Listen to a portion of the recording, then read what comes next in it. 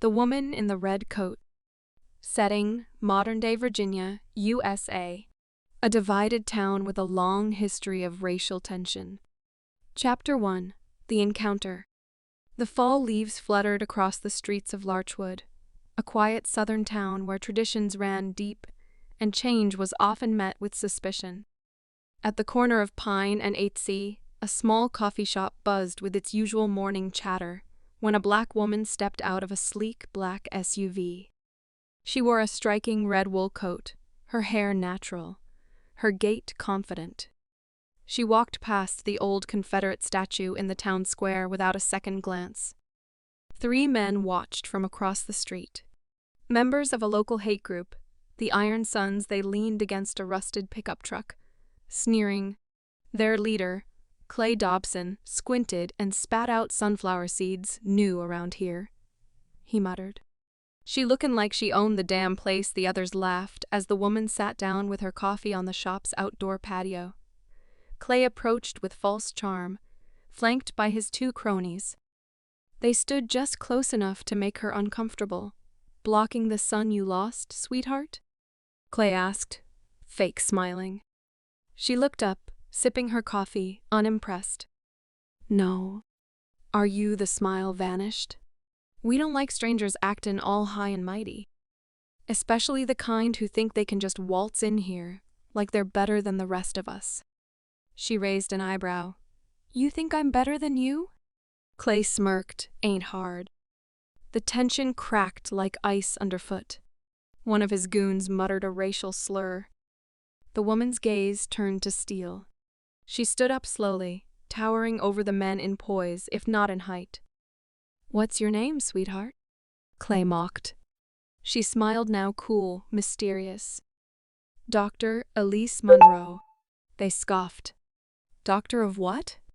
"Braiding hair?" She stepped past them without a word. Chapter 2. The Reveal. That afternoon, the mayor of Larchwood held a special meeting at the town hall. The chamber was packed. Rumors had swirled all week that a federal investigator was arriving to conduct a secret civil rights probe into several hate-related incidents plaguing the town.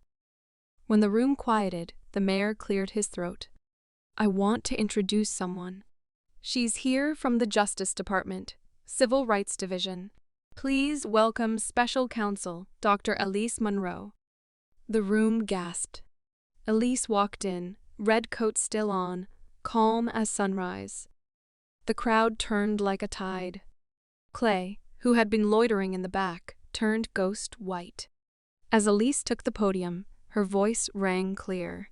"For years, people like you," she said, briefly glancing at Clay, "have acted above the law. But starting today, the law is watching. I'm here to uncover the truth behind hate crimes, discrimination, and abuses of power in this town."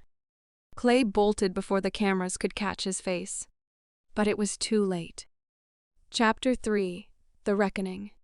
Over the next few weeks, Elise quietly gathered evidence, interviews with victims, surveillance footage, digital footprints. The Iron Sons were implicated in at least 6 unsolved attacks. Elise's team, including undercover federal agents, moved swiftly. One night, a convoy of black SUVs pulled into a farmhouse on the edge of town. Clay was arrested in his boxers, too stunned to speak. Chapter 4. The Message at the town's community center. Elise hosted a civil rights forum. Dozens of locals, white, black, Latino, young and old, came together for the first time. Some cried. Some apologized. Some offered stories of their own silent suffering. Elise didn't give speeches that night. She just listened. He asked why she returned to the town of her late grandmother, once driven out for trying to integrate the local school. Elise said, "My grandmother told me, change doesn't come from fighting fire with fire. It comes from standing so tall that even hate has to look up." Epilogue. Clay and his men were sentenced under federal hate crime statutes. The Iron Sons disbanded. A scholarship was established in Elise's grandmother's name. The Confederate statue? replaced with a sculpture of children of all races. Holding hands, Elise never moved to Larchwood, but she visited often, not to check on the town, but to remind them who walks among them. THEEND